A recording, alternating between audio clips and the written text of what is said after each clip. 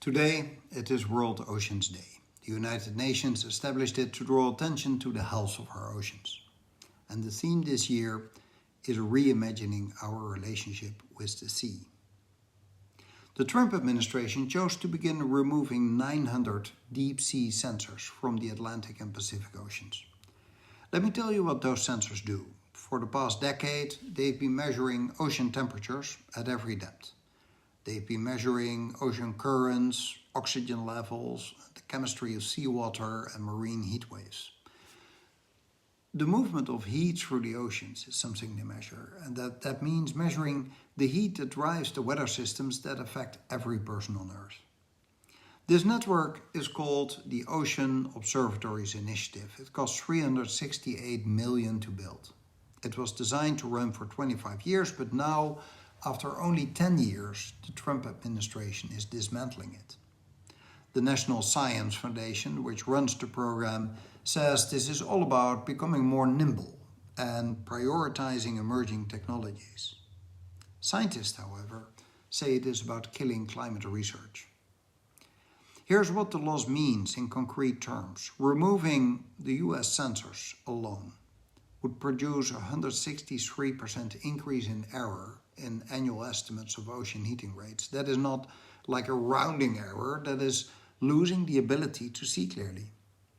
El Nino forecasting degrades, hurricane prediction degrades, fishery management degrades, the early warning systems that tell farmers in the US, in South America, or in Africa, or wherever in the world what to plant and when to plant, those degrade too.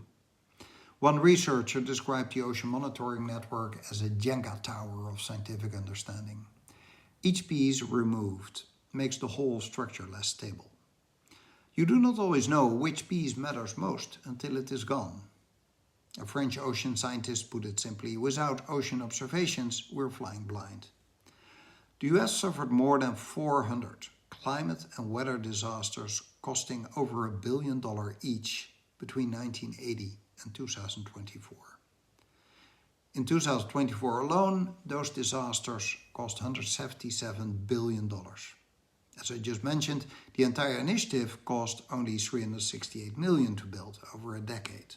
The math is not very complicated. While the US dismantles its network, Europe is expanding its own. The European Union announced a $92 million investment in ocean observation this week. The timing was not at all planned as a response to the US move, but the contrast is impossible to miss. The oceans cover 70% of the planet's surface, and they absorb more than 90% of the excess heat that is trapped by greenhouse gases. They produce oxygen, they feed billions of people, they regulate the weather that determines whether harvests will succeed or fail. We cannot see the deep ocean from space, so the sensors are the only way to know what is happening down there. So when they are gone, that knowledge is gone too. Not temporarily, we should realize that long-term ocean records become most valuable over time. A continuous record, broken after 10 years, cannot simply be resumed. The baseline is lost. Today is World Oceans Day. The theme is reimagining our relationship with the sea. Removing the instruments that tell us what the sea is doing is one way of reimagining that relationship. But it's not the one that the United Nations had in mind.